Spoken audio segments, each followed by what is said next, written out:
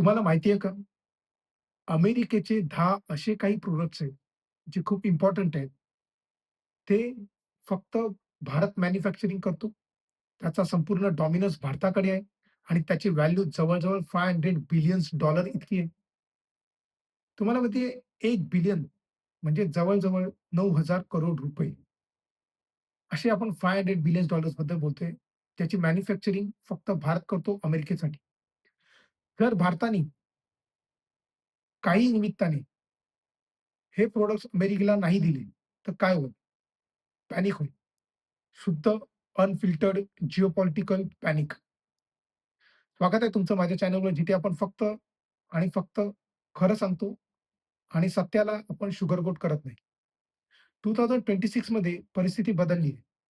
आता America short call करत नाही, भारत करतो आणि वॉशिंग्टन ॲक्चुअलीमध्ये दबावाखाली आहे. 70 वर्ष पश्चिमेकडील देशांनी एकच प्लेबुक वापरला. Control the supply chain, control the world. त्यांनी मॅन्युफॅक्चरिंग चीनकडे शिफ्ट केलं. भारताला सर्व्हिस हब बनवलं. बॅक ऑफिस म्हटलं. त्यांना वाटलं, की हे कायम टॉपवर राहतील असं केल्याने. पण त्यांनी एक गोष्ट मात्र चुकवली. का भारत डिफेन्स खेळत नाही. भारत हा चेस खेळतो. जेव्हा अमेरिका पैसे प्रिंट करण्यात आणि वॉर्समध्ये बिझी होतं, तेव्हा भारत शांतपणे आपल्या फॅक्टरीज उभारत होता. आपलं इन्फ्रा डेव्हलप करत होता आणि आपलं लिव्हरेज तयार करत होता. आणि 2026 मध्ये हेच खूप जास्त पॉवरफुल बनलं. आता सिच्युएशन अशी आहे, की अमेरिका 10 क्रिटिकल सेक्टर्समध्ये 100% भारतावर डिपेंडंट आहे. फार्मास्युटिकल्स, सेमीकंडक्टर्स पॅकेजिंग, रेअर अर्थ processing, green energy components, telecom hardware आणि बरंच काही. जर भारताने शिंक जरी दिली, तर अमेरिकेला निमोनिया होईल अशी परिस्थिती. इतकी डिपेंडन्सी अमेरिकेची भारतावर आहे. फार्मास्युटिकल्स बघूया. सध्या अमेरिकेत वापरल्या जाणाऱ्या जेनेरिक ड्रग्सपैकी सुमारे 40% भारतातून जातात. Antibiotics, diabetes medicines, cancer treatment सर्व. जर शिपमेंट 2 आठवडे डिले झाली, तर अमेरिकन हॉस्पिटल्स बंद होतील. त्यांच्यावर खूप वाईट परिणाम होतील. कारण त्यांच्याकडे कुठचाही फॉलबॅक प्लॅन नाहीये.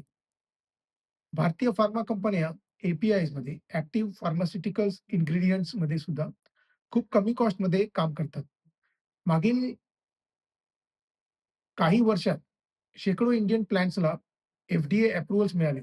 अमेरिका जर प्रोडक्शन परत आणू इच्छित असेल त्यांच्याच देशामध्ये, तर त्यांना खूप वर्ष जातील आणि त्याच्यामागे अब्जावधी डॉलर सुद्धा जातील आणि त्याच्यानंतर सुद्धा ते त्याचा कॉस्ट कमी करू शकतील की नाही याची काही गॅरंटी नाही. ते कॉस्ट इफेक्टिव्ह असेल की नाही याची काही गॅरंटी नाही.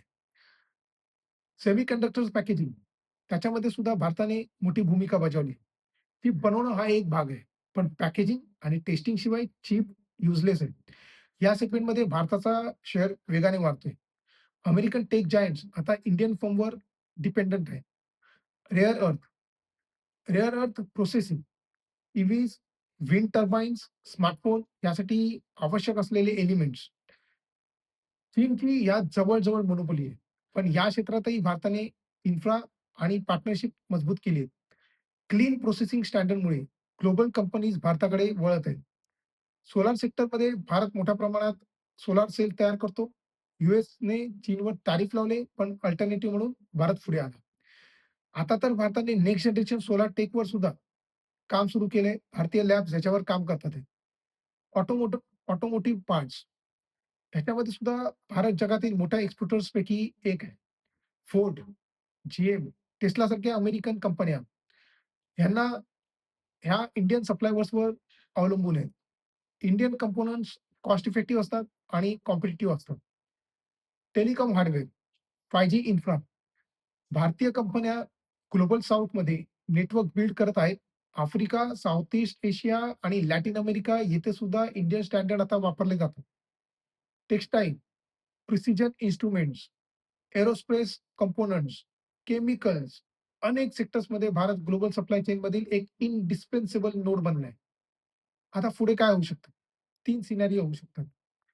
जर अमेरिकेने भारताला डिकपल करण्याचा प्रयत्न केला, तर याचा अर्थ त्यांच्याकडच्या असलेल्या प्रॉडक्टची कॉस्ट वाढेल आणि त्यांची इकॉनॉमी प्रेशरमध्ये येईल. 2 अमेरिका जर निगोशिएट करेल, तर त्यावेळेला टर्म्स मात्र डिक्टेट भारतच करेल.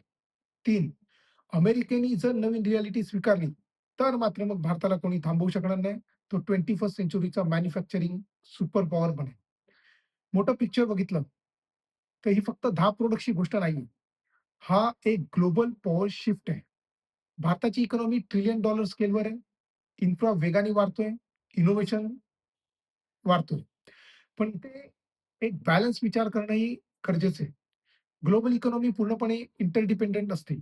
अमेरिका असू दे, युरोप असू दे, चायना असू दे, इंडिया असू दे, एकमेकांचे पाय एकमेकात अडकलेत. सर्व देश एकमेकांशी जोडलेले असतात. एका देशाची ताकद दुसऱ्याच्या कमकुवतपणावर कायमपणे उभी राहू शकत नाही. एकमेकांचे पाय खेचून ती उभी राहू शकत नाही. कोऑपरेशन आणि कॉम्पिटिशन हे दोन्ही एकत्र चालत असतात. त्यामुळे डॉमिनन्सपेक्षा स्ट्रॅटेजिक इन्फ्लुअन्स हाच शब्द इथे रिअलिस्टिक वाटतो. भारताचा उदय हा निश्चित आहे. मॅन्युफॅक्चरिंगमध्ये बोला, टेक्नॉलॉजी, डिजिटल इन्फ्रामध्ये ह्या संपूर्ण क्षेत्रांमध्ये फार मोठी संधी आहे. पण लीडरशिप टिकवण्यासाठी क्वालिटी असणं खूप गरजेचं आहे. इनोव्हेशन सातत्य राखणं खूप गरजेचं आहे. पॉलिसी स्टॅबिलिटी असणं खूप गरजेचं आहे. गव्हर्नमेंट स्टेबल असणं खूप गरजेचं आहे. आणि सर्वात शेवटी म्हणजे ग्लोबल ट्रस्ट कायम ठेवणं हे इक्वली महत्त्वाचं आहे. म्हणून प्रश्न असा आहे, की अमेरिका ही बदलती रिॲलिटी स्वीकारेल आणि पार्टनरशिप मजबूत करेल, की स्ट्रॅटेजिक रायव्हलरी वाढवेल? जग मल्टीपोलर होते आणि त्या नव्या वर्ल्ड ऑर्डरमध्ये भारताचा आवाज हा नक्कीच जास्त प्रभावी असणार आहे.